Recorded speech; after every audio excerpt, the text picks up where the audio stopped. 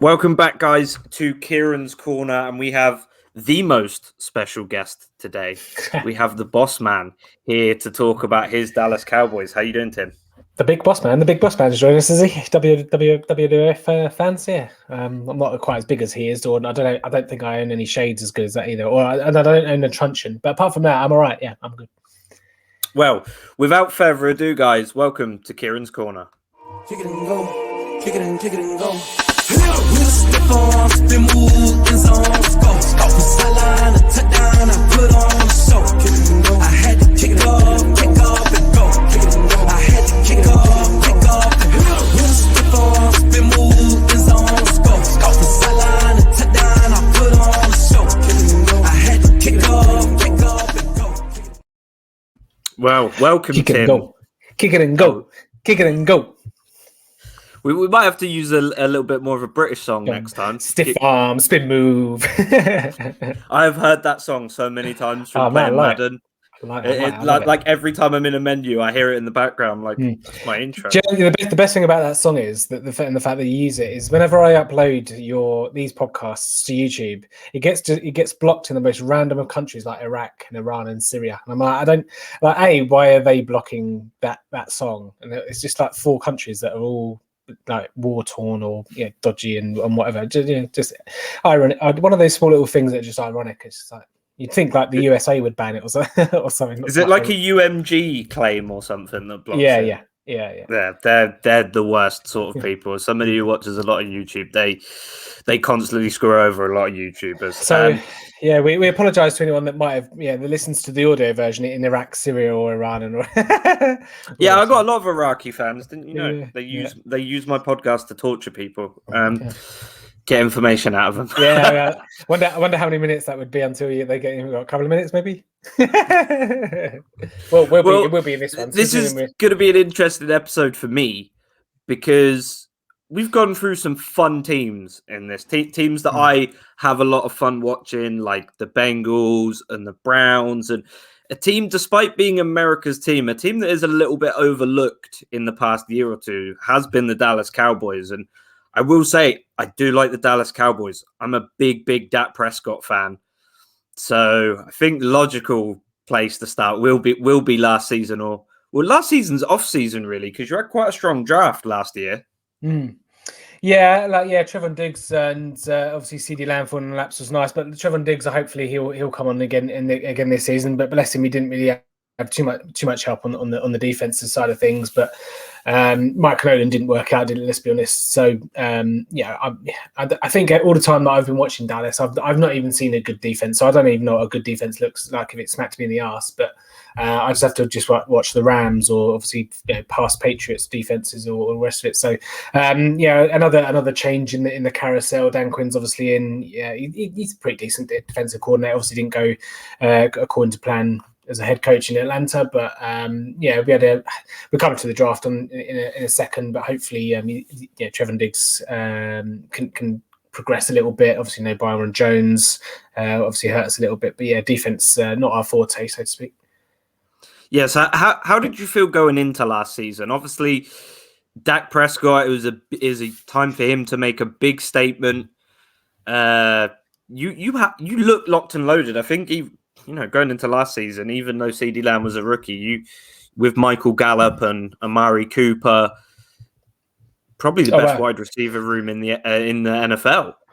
Yeah, it's certainly one of the most exciting. It was nice to see CD Lamb just hit the ground running, and my man, Mr. Blake Jarwin, he obviously went down in the first game against the Giants or whatever game it was, and that was kind of season over. No, it wasn't really.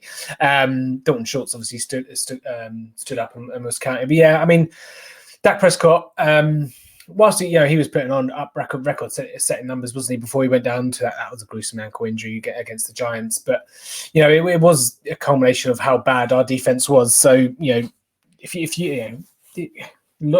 logic suggests if you have a half decent defense, you don't need to pass for so many yards that Dak Prescott was on pace for. So yes, I think whilst many people will raise eyebrows at the contract that Dak got, and we'll get onto him in a second, but it showed that he had the ability to pull the Cowboys. You watch the Cowboys games early part of the last season, the amount of 14, 21 point digit holes we got ourselves into because of Zeke uncharacteristically fumbling the ball, or the offense fumbling the ball back-to-back plays on offense, and just silly little things like that. And to come back, obviously the watermelon kick it against Atlanta, and some games where we didn't come out with a win, but got it down to a one-score game or a field goal game, just shows you that Dak has got it in his locker. And in my opinion, is he worth the contract?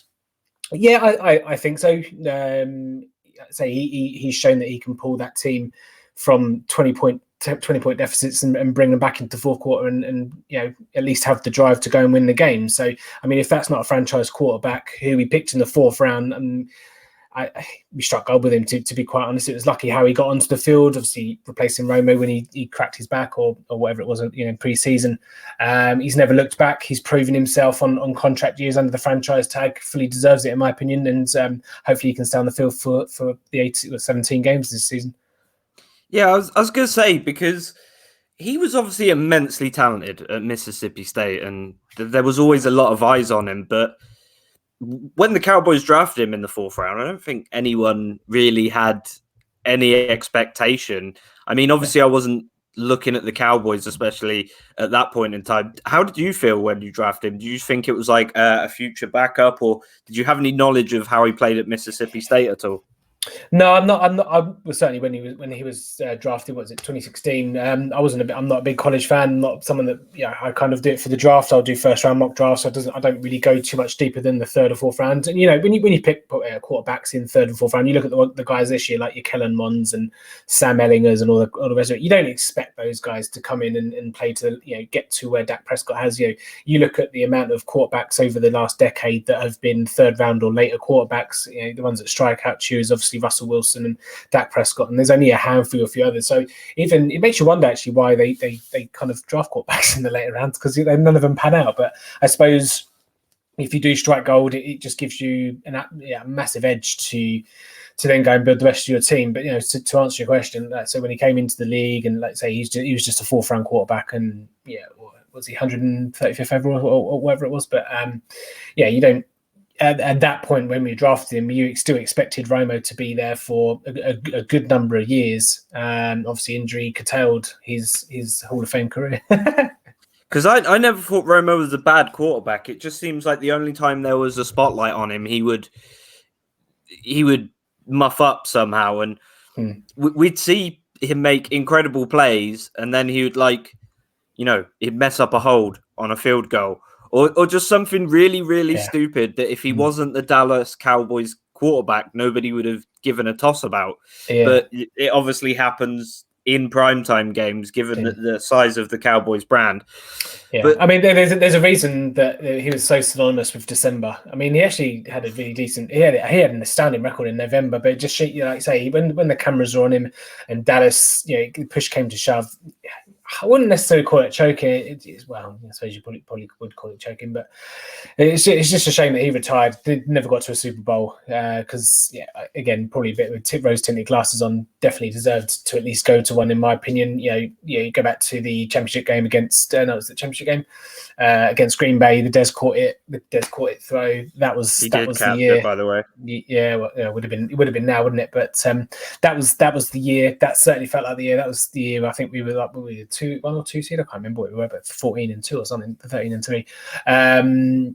But yeah, that was the year for them. And then unfortunately, the ship's not come back to the dock then to leave again. But who knows? 2021. Yeah, I think Romo wins you that. He's probably Cowboys legend. Maybe one of the best of all time. Mentioned up there with Starbuck and everything. But let's talk about the guy now. And obviously, he had an absolutely horrendous injury last season. Something that sometimes this happens to players, and it's always tough to watch, especially guys who, no matter how good or not you think they are, they seem like great guys, and you really, really want them to persevere, and you want them to win, and you like to see them do good. That's how I've always felt about Dak Prescott, but he signed a huge contract this season, even after the injury. How do you feel about this contract?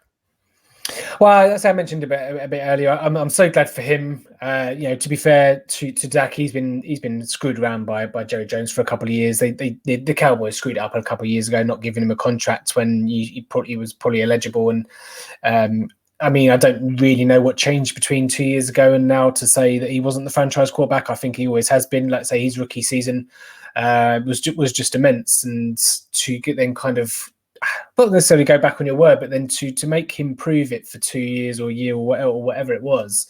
I'm just happy for Dak, and like I said, there'll be plenty of people out there that says it's too much, he's not worth it. He's won, like I say, that the biggest knock on him will be that bottom stat at the bottom there with one playoff win. You've got to win.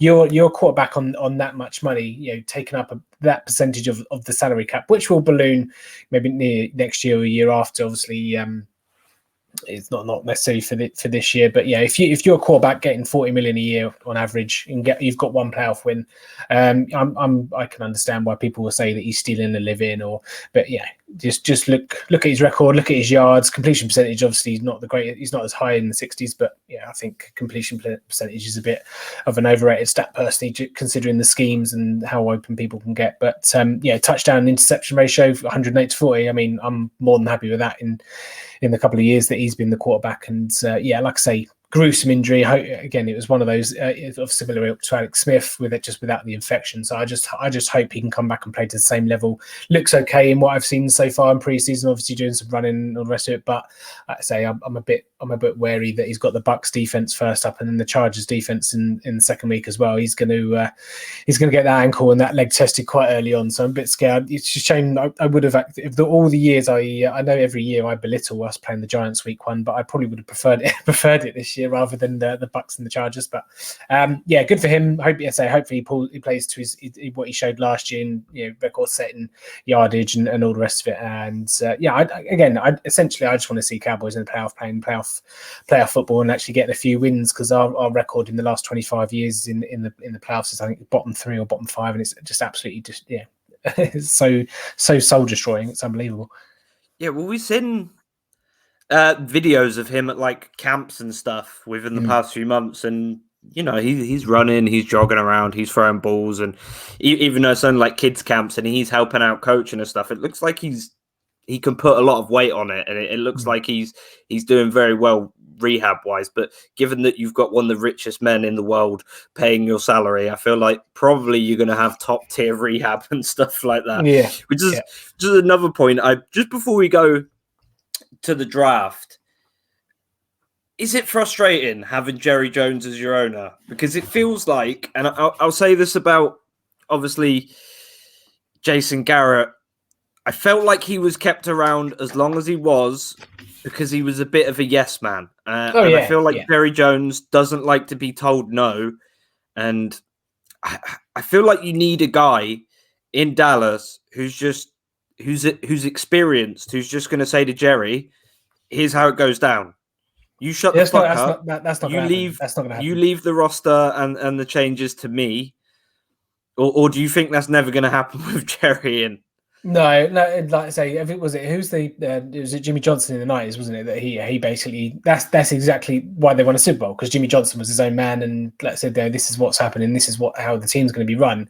Won the Super Bowls, and then Jerry's like, oh, I want that spotlight. I want to be the main reason that we won a Super Bowl. And in his advancing years, he's kind of passed the buck over to Stephen Jones a little bit. So it'd be interesting to see how much he's rubbed off on Stephen and whether or not he kind of still has the same mentality towards it. I think he'll probably loose the shackles a little bit from what Jerry does. But yeah, you say you need someone that knows what they want, knows how to implement something, and not someone that's just going to stand there and say yes, boss, yes, boss, yes, boss. That's, you look around, you look at Bill Belichick, you look at all the teams that have been successful, in the last decade. It's not. You don't see the owners running the show. It's very rare to see the owners running the show, and even like in any sport, and be successful. So yeah, until Jerry Jones does step down. I don't think we're going to get to a Super Bowl, unfortunately. But yeah, it just because I feel like the one time we've seen, because Bill Belichick as a Patriots fan he's a curmudgeon for a start, but he's always been his way. I'm not going to have an owner tell me what to do. This is my team to manage.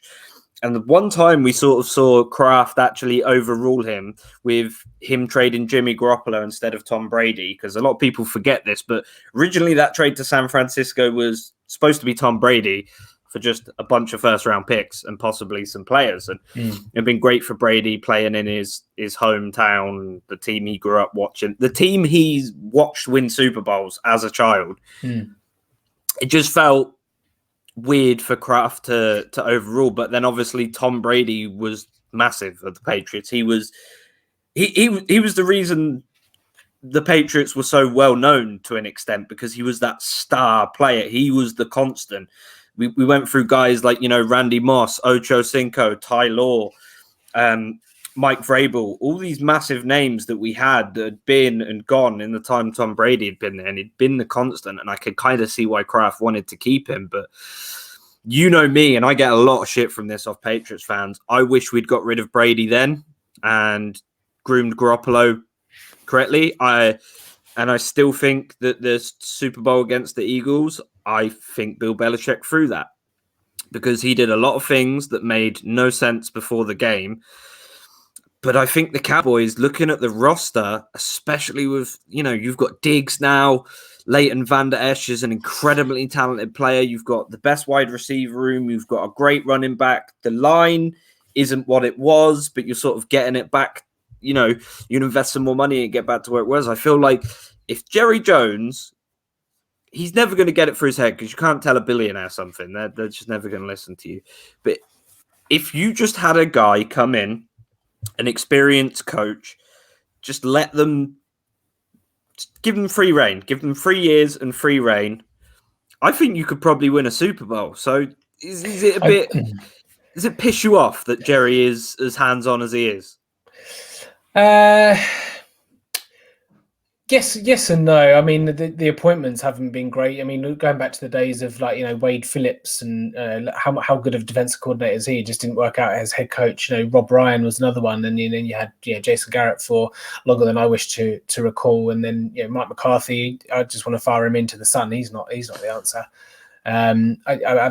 I know he took a year out and he said that he come and did all this analytics crap, and that was a bunch of lies that he sold Jerry Jones down the river. He's not the answer. He can't tell his ass from his elbow.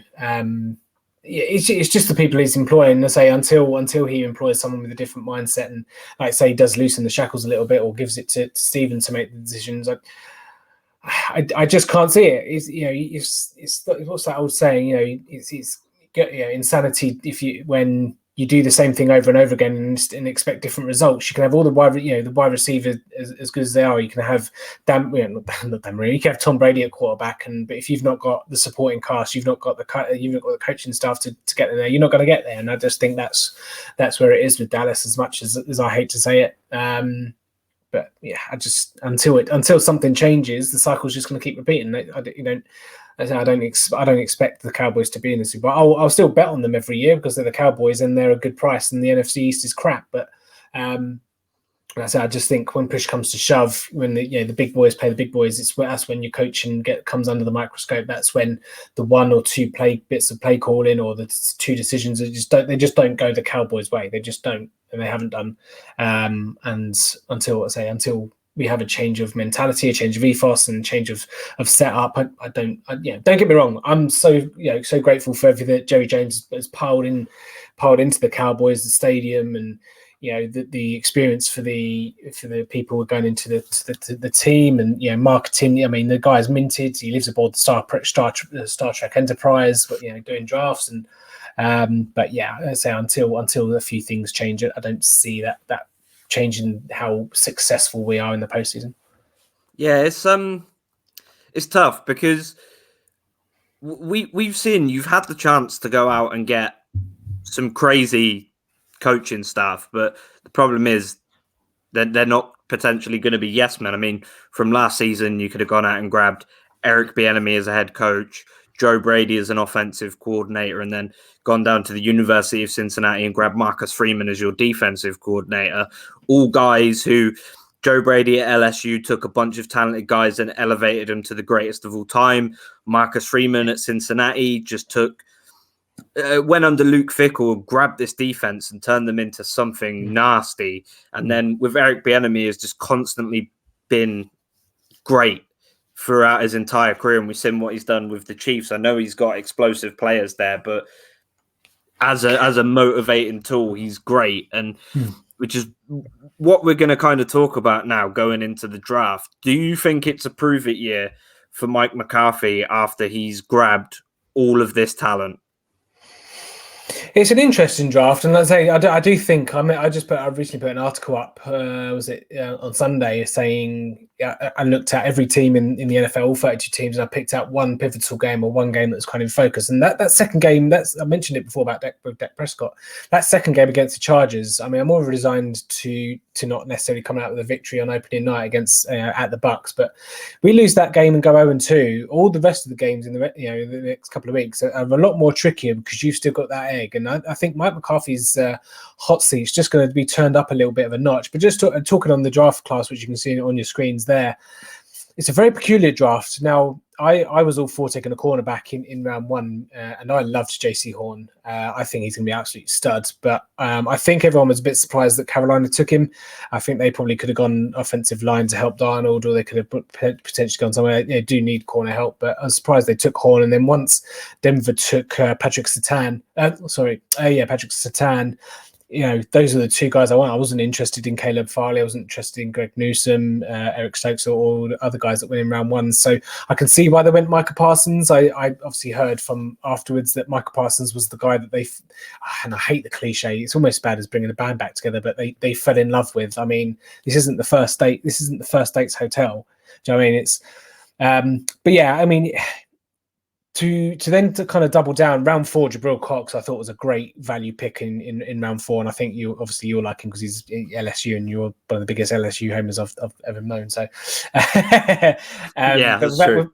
Without turning it into an LSU podcast, obviously we got Jalen Smith and Van Der Esch didn't perform well last year. Jalen Smith has come under a lot of scrutiny, so I think, drafting those two guys will kind of tell you a little bit about what Dan Quinn's defense is going to kind of look like.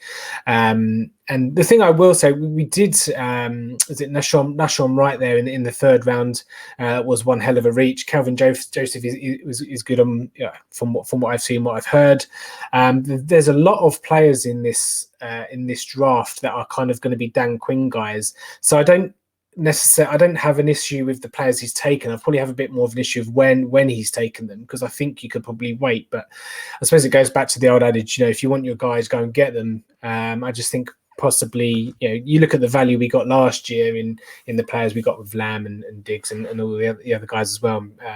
I just think this year was kind of the reverse of that. We've probably got good players. I know Michael Parsons, let's say he's got kind of off the field stuff that has been going on. Hopefully, playing for the Star, playing for America's team will kind of keep him on the right track. So I think on paper it's probably going to go under the radar. There are a few reaches there. Chauncey Golston, kind of another one as well. But certainly Parsons, Cox, Josh Ball was okay as well, and Simi Fehoko. I'm not sure how much of the field he's going to see when you've got Lamb, Gallup, and Cooper. But it wouldn't be surprised me if Cooper or Gallup do leave next season, because we're not going to be able to keep Gallup as well as Cooper. Considering the contracts they want. I love Gallup. I hope he stays, and hopefully they'll choose him over Cooper. But Cooper is so good. The draft didn't. It's not going to pull up any trees. People are not going to look at it and think they've come away with a really good haul of picks there. And again, I think it will be more a case of, if you understand that the players they have taken fits what a Dan Quinn person or a Dan Quinn defensive person looks like, I think you can probably negate it and just say, we'll just have to wait and see how they turn out. But yeah, Nashon right. Kelvin Joseph opposite Trevor Diggs should be okay if they can hit the ground running. Yeah, there's 2 picks I did want to talk about, guys who over on the college football podcast, one in particular, me and Raj mused about. We love him. We think he's a first round talent. And that's Osa Odighizuwa, a guy who I watched hours and hours of film for the full 10-yard draft guide. Incredible steal in round 3. Like I said, me and Raj both think this kid is first round talent. And I don't want to liken him to Deron Payne, but that's who he reminds me of. And especially now in conference, you've got that big disruptive guy who has a great understanding of leverage.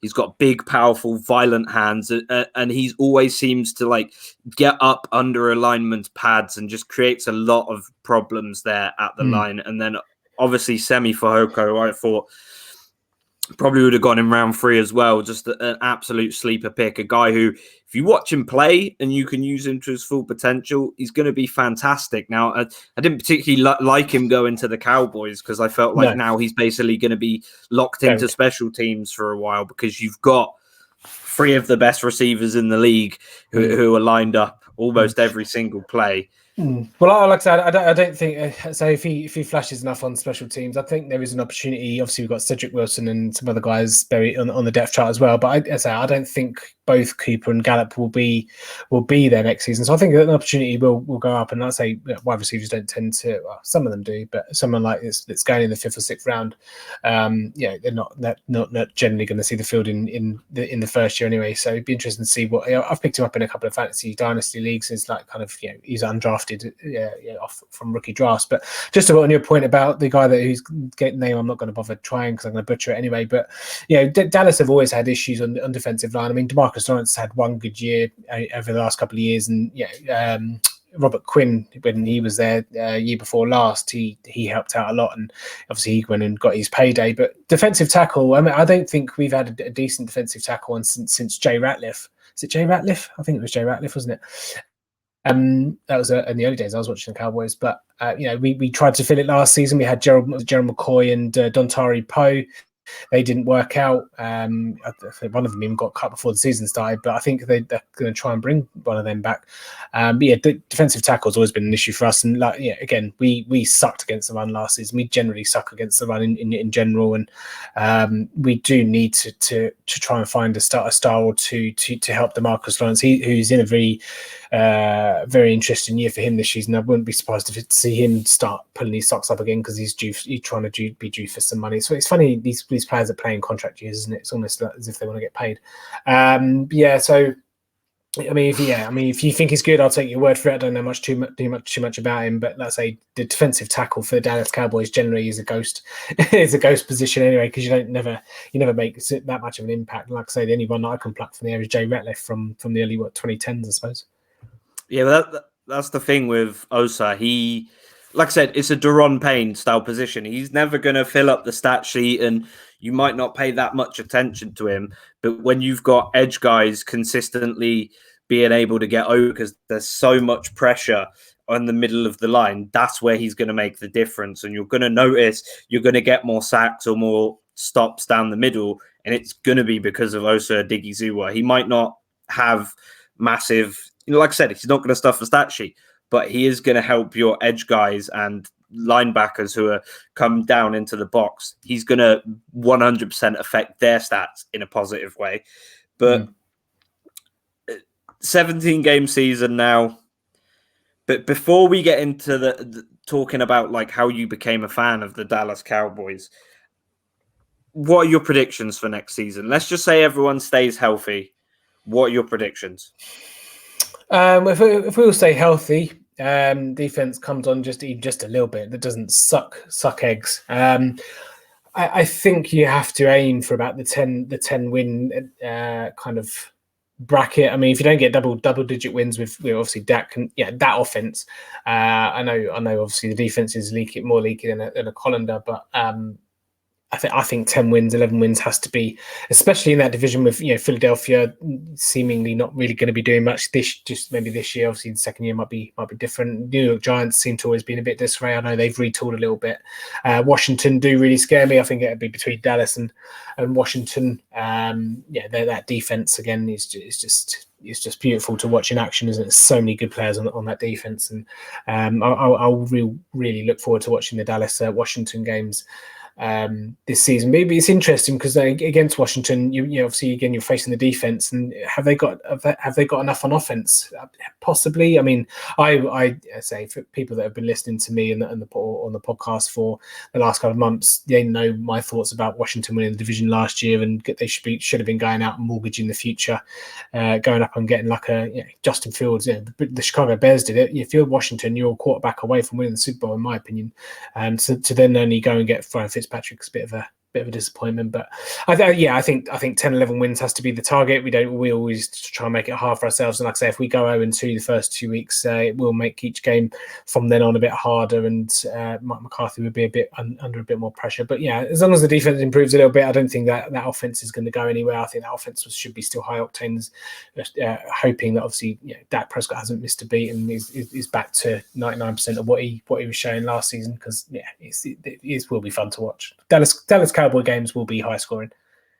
I was going to say, I think if everyone stays healthy, looking at the schedule, I don't think 12-5 is out of the realm of possibility for you guys. And the hardest games for you are going to be like Washington, like we say. I mean, I'm not going to rag on the Eagles too much. Everyone knows my feeling on the Eagles. I think they're the worst, but they've got a new quarterback. They've got some new talent in there. They could potentially be a problem in a year or two. I just think if they're going to go forward with Hurts, they've got to let him develop a little bit more first. And I think the win now teams are Dallas and Washington. I know it's Fitz magic, and he's in this weird cycle where every time there's an expectation put on him, he seems to just fumble it, and he only really does good when he comes in as a backup. But he did great in Miami last year, and he stayed fairly consistent throughout the season, despite the Tua coming on and then Fitz coming back on. It was a bit of a complicated situation for there, but I think the division this year is going to be you and Washington duking it out until the bitter end. I think both of you are teams with winning records. Yeah. And it's going to be tough for Danny Dimes and the Eagles to actually keep up with you two these years, because your rosters are too good. Yeah, I mean, there's a reason Ryan Fitzpatrick hasn't played. Has he played? Has he even played a playoff game? I'm not sure he has.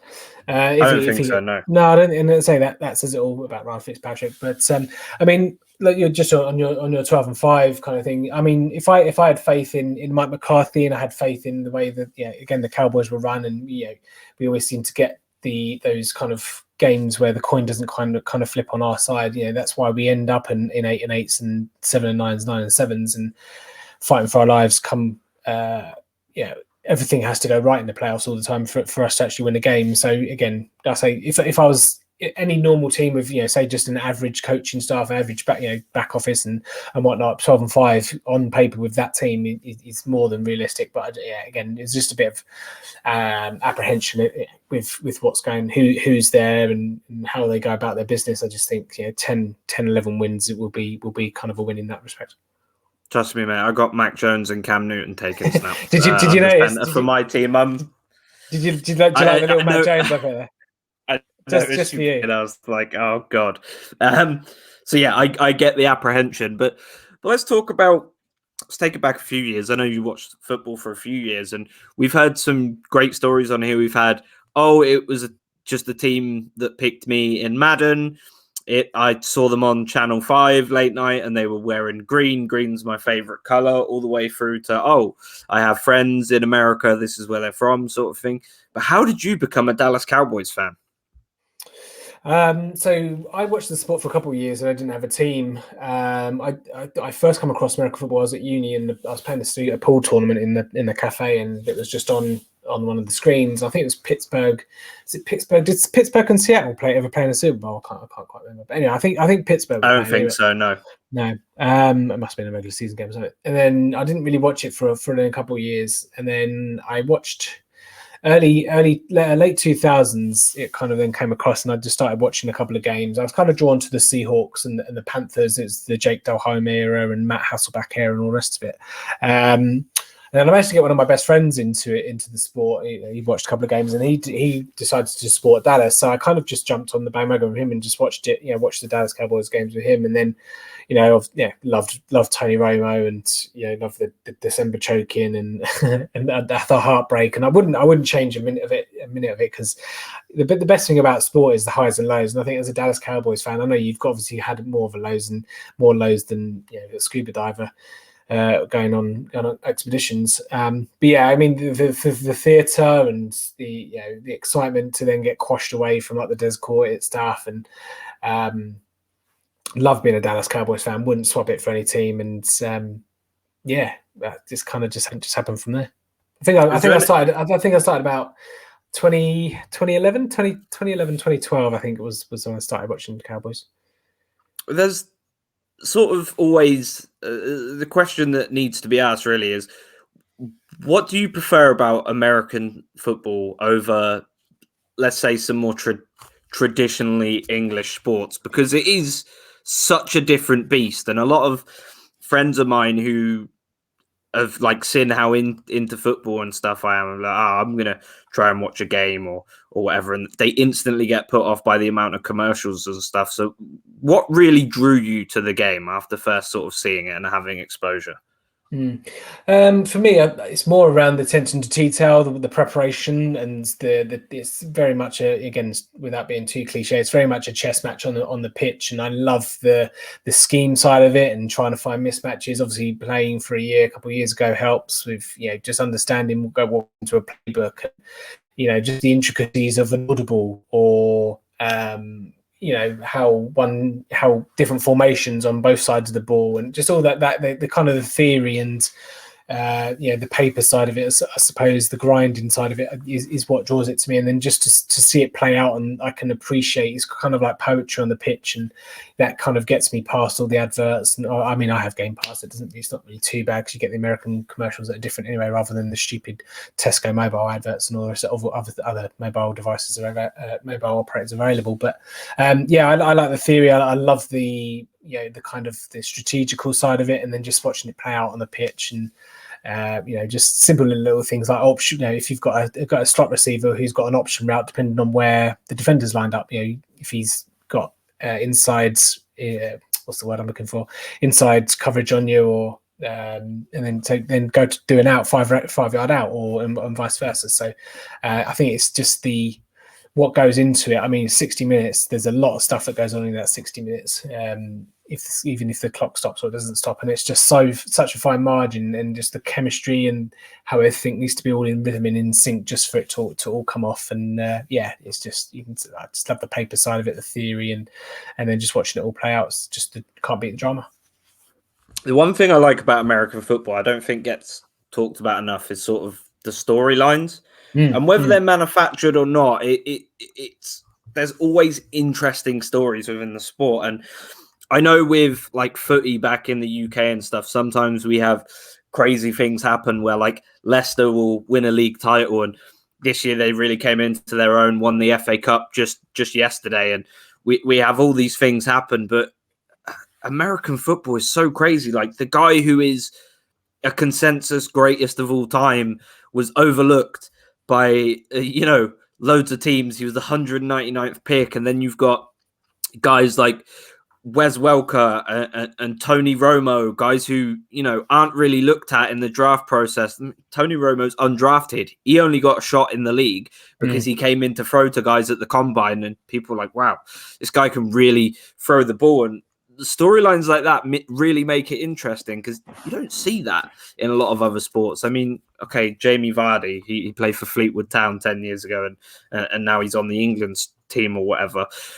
But do you think that, I'm going to ask this question because I love the different answers I get every time. How far away do you think we are from having our own team in the UK? I hope a million miles away. Personally, I don't want it. I'm not a big advocate for a London team. I think it's likely to happen. The timeline's obviously been pushed back a few years now, so I reckon 5, 6, 7, maybe 7 years away. But yeah, for me, I don't want a team over here. I just like it being American. It's called American football for a reason. To then, I think the problem you have is with the London franchise, you're then opening the door to a Mexican franchise or Canadian franchise, and it's just going to be too. It's going to be too global, too big in terms of logistics and scheduling and all the rest of it. And I just don't want that. So that's again, I'm not hoping that we get one next year. I'm grateful for the games. I know a lot of people have already moaning about the games we're getting this year at Tottenham, but just give me a couple of games each year. Give me a couple of teams to go and watch each year. It's part of the novelty, part of the fun of the sport. And whilst obviously full 10 yards is all about helping the sport grow in this country, I don't want to be. I'm not going to be investing any money making sure the Jacksonville Jaguars come over here. I was about to say, do you think it's sort of an inevitability as Britball grows and as we are starting to see more and more international players in the league? We're seeing guys like F.A. Obada, Christian Wade, Obi Melifonwu, and now his brother, Ifeatu Melifonwu, all British guys sort of making it to the league. And then we see the guys from the NFL Academy, like George Reynolds is now going to play at a college in Canada. We've got guys like Fred Pelling playing out. Where he's been given an offer for a US college. And then obviously another guy we talked about a lot. I should probably not forget his name. I've asked him on the podcast about 300 times, but he's a wide receiver now at Arkansas State, which is the D1 school. Do you think it's maybe just inevitable now, though, at this point, with the amount of British talent that is finally making it over there? I wouldn't say it's inevitable. I still think there's a good percentage chance that it doesn't happen, because part of me thinks if it was going to happen, it probably would have done by now. Jacksonville Jaguars have been over a double-digit amount of times, and I think again, COVID's not going to be the reason that they don't bring a thing over here. But I don't know. I just kind of get a sense of feeling that every year that goes by, I know they try and introduce slightly more complex things to what's the word? Pretend as if simulate is the word I'm looking for. Simulate that we have a team, and I think Miami this year don't have a bye after their London game, and again they're introducing like really baby small steps. So again, you can never say never, and again it might even be 10 years down the line rather than 5. But I still think there's a chance. That it doesn't happen. And again, obviously, I would vote that side, but it wouldn't surprise me if it does. But I just hope it doesn't. Yeah, it's like I'd be excited, but I kind of feel like at this point, given the state of baseball, basketball, and the NHL, I think you'd probably need a Canadian team or two first, just because it does feel weird that they always say world champion at the Super Bowl, but it is only American teams. And I think maybe we get a team from Toronto and Vancouver first. But the funniest thing is the biggest league in football trying to make it more international is actually the Canadian Football League. There's obviously the talks of the XFL merger, but people don't know this unless they follow the CFL, but they hold an international combine. So they have players from Asia, Oceania, like you got in Australia, you've got people from New Zealand and Australia, and then you've got people from the UK, Germany, Italy, everywhere in Europe. And I think their idea is to bring the game more global before the NFL does it, so they can say they predate the NFL and college football for a start, because a lot of people don't know this. American football was actually a Canadian invention. Bunch of Canadian and Scottish people invented it. Americans hate to hear that, but that is the facts. And they're trying to take the game global, but because of their limited resources, they can't. And we saw what happened with the NFL EU. That was losing the NFL $30 million a year. I think it was a ridiculous amount of money they were hemorrhaging because there wasn't the infrastructure there. But now we see professional leagues in Germany and professional leagues in Switzerland and Italy and Sweden. There's so many professional leagues cropping up. It just feels like a matter of time before we're potentially going to get another EU league run by the NFL, even if it's set up like a G League. There's an article I've been trying to work on for so long about setting up a G League for the NFL, because we see it with every other sport in America. There's a minor league system. There's AA and AAA minor league baseball. There's minor league hockey. There's, the G League for basketball. And it just seems like the NFL are really missing a trick by not having these minor leagues and potentially having these minor leagues set up abroad because of the amount of talent. But the only problem If it wasn't for the AA, or I mean, I don't know anything about baseball. If it wasn't for the minor leagues baseball, Tim Tebow would never take tight end job in Jacksonville. This is the funny thing. I've been speaking to people about this all weekend, and the guy I told you about before the podcast, Kieran, funnily enough, he's been really grinding my gears the past few days. Every time he sees me, he does the Tebow pose, gets down on a knee, and does that pose. You will have the last laugh, mate. Don't worry. He's not making that team. Don't worry about it. Why have they not just got a tight end out of retirement?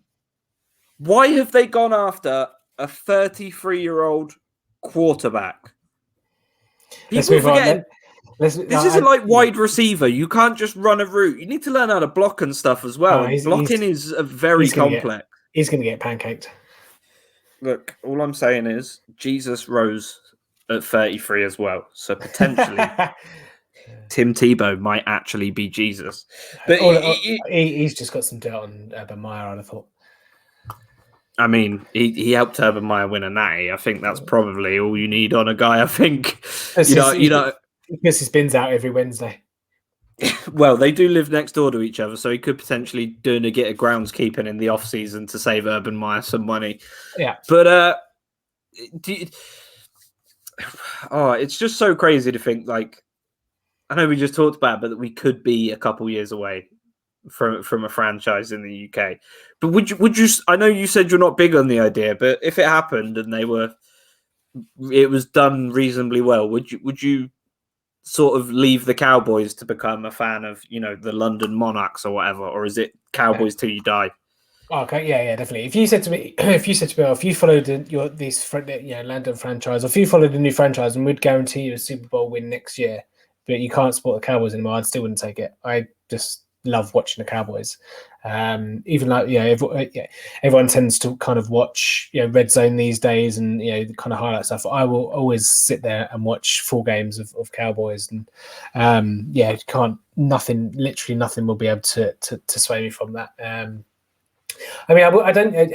If we did have a London franchise, I don't think I'd follow. I'll probably just treat them like Jacksonville. Just acknowledge that they're the home. They're kind of our home team, and I'm not going to kick myself out.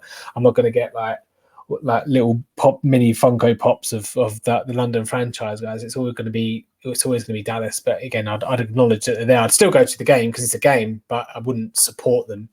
I just hope that the Dallas Cowboys would play them, and I'd obviously cheer for them. But would we have to institute a CFL style rule where we have to have a certain amount of British players on the roster, or do you think that limits them? Oh yeah, no, it'd have to be you can't. As I say, in the CFL, you have to have Canadian players on the roster. You have to have a certain amount. You have to have a certain amount on the field at all times. Yeah, no, I think, like I say, considering we're obviously the NFL Academy's just coming and we are sending more players, but I think we're decades away from being depending on how it all shakes out, we're decades away from being taken seriously. It's starting to happen because we're going to get a few, and I say hopefully George, you mentioned George Reynolds and a couple of other guys that have been showing well, they kind of make a name for themselves. Obviously, it's quite we're quite quick in this country to name the players that do make a team, and Christian Wade's got far too much attention for what he's done, but fair play to him for attempting it and the rest of it. But we're decades away from being a decent conveyor belt of giving the sports something. Because I think again, because it's an American sport, I do feel that some of the players are kind of thought of, oh, you're not American, you don't get the game, you don't know how to play the game properly, it's not in your veins. Although it is, it's just one of those things. I don't think it's necessarily be warmly accepted by 100% of the coaching staff, the scouts, and all the rest of it, because of where people come from. It's just the way that the people are these days. That's actually the biggest challenge to me, coaching, because you go into like a room full of coaches and they're all like, I'm always the youngest, because there's normally a bunch of like, especially at the high school level, it's a bunch of 40-year-old men who are there because their kids are there at some point. But then I come in, I'm young, British, I'm covered in tattoos and look like a bit of a ruffian. And then I'm instantly going after the quarterback saying, hey, look, I need you to do this. And the head coach there, like, and I'm like, just give me a minute. And then showing him how to do something properly, and everyone just instantly poo-poos it because that I'm British and you don't know football or whatever, but then it always seems to work out. Like I said, I've sent a kid D1. I kind of know what I'm doing at this point. But I think it is just breaking that barrier. Like, I think once British people are looked at more seriously, and we're not just looked at as, oh, you're only doing this because you can earn more in football than you can rugby, or, oh, you only played rugby, or like, oh, you can only have punters and stuff like that. Because I think probably the most successful British player in recent memory is probably Jamie Gillian, the punter for the Browns, the Scottish Hammer. He's probably actually doing the most in the league with awards and stuff like that. But we are getting there, which is a big part. And Full 10 Yards is actually doing a lot with developing Britball. And before we run the outro, that's actually something I wanted you to talk about, what we are doing at Full 10 Yards to help grow the game in the UK. So I say if you watch the NFL pod, obviously we just recently had a relaunch. So again, you should go and check out the NFL pod from last week, and obviously go and check the website. You can see it's all brand spanking new. But if you watch over the next couple of weeks, we'll be releasing that podcast and doing announcements on all our socials. I released a podcast on Sunday with the Merseyside Nighthawks, who one of the few teams that we've dedicated to sponsoring, giving a monthly donation, just to, again, every little helps. So there'll be another couple of teams. There's a podcast coming up with the crew Railroaders, who have been a bit up and down in Britball, but I'm not going to not do any spoilers, but that's quite a special one because we kind of do our announcement live on that podcast, and one of the people on it doesn't necessarily know what's coming, and it's quite one of those genuine reactions to that. That's nice. And like I say, there'll be a couple of people who are currently doing their courses for coaching, and say we'll keep everyone up to date on how they get on. And like I say, obviously it might as well plug if anyone out there wants to become an official or become a coach in this country, in UK, head over to our website, full10yards.com/Britball, and then find out about our scheme, sign up to that, and say if we pick you, we'll help you get some coaching. And it's all about getting more people participating, more people involved in the sport, therefore raising the talent levels, because everyone's been pushing on that harder because there's more competition for those spots to coach teams. And I say if we are even just a pebble in the ocean, which is something I seem to be saying a lot these days, if we can help any way we can, then we will. But keep your eyes peeled on our YouTube, on our socials, Full 10 Yards on Twitter, on the website as well, and to find out all how if anyone listening wants to get involved as well, or how, if you want to donate, or if you want to get some of our merch to help support the game. It's all going towards a good cause, and it's all about getting more people on the pitches and getting more games on, getting more teams around, and again, increasing the talent levels of our coaches, of our players, and again, making the transition to funneling all these players to the NFL and CFL and whatever leagues then come about just that bit quicker. And then hopefully maybe we can do a hashtag United and build our own squad at some point.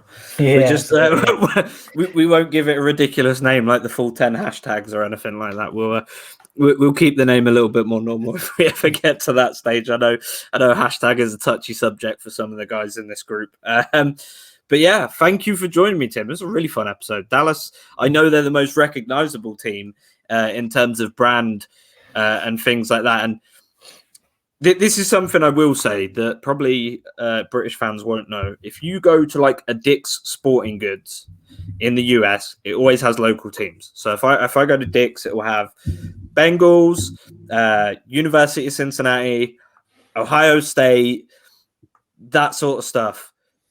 But there is always, in every single one I've been to, in Ohio, Illinois, and other states, there is always Cowboys jerseys. You are always the most recognizable team on and off the pitch. And that's why this has been such a fun episode, because they're just, despite, what people think about Jerry Jones and everything, genuinely a fun team to watch. And they're always going to be the name on the tip of people's tongues. They are the Dallas Cowboys. They are America's team.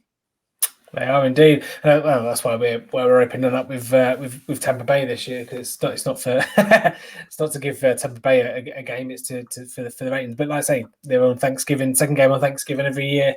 Like I say, I think they're probably the most belittled and heckled teams, especially as a fan. Everyone loves to give it to the Cowboys, but our time will come, and we will be so annoying, and we will be so in everyone's faces when Dallas, because it will happen at some point again in the future.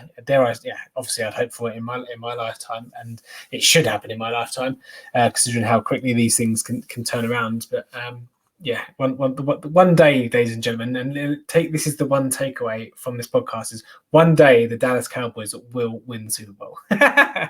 Unless Mac Jones turns out to be really, really good, we'll see what happens. You might have to play McCorkle Jones in the Super Bowl one day, but. Thanks for joining me, Tim. Pleasure. I've been the Himbo F10Y. Tim, your handle is? You can see it on there. For some reason, it's got 2 @ symbols, but Tim_Monk F10Y. And this has been Kieran's Corner. Thank you for joining me. Kick it and go. Kick it and go. We'll slip on, spin, move, in zones, go. Off the sideline, a touchdown, I put on a show. Kick it and go. I had to kick it off.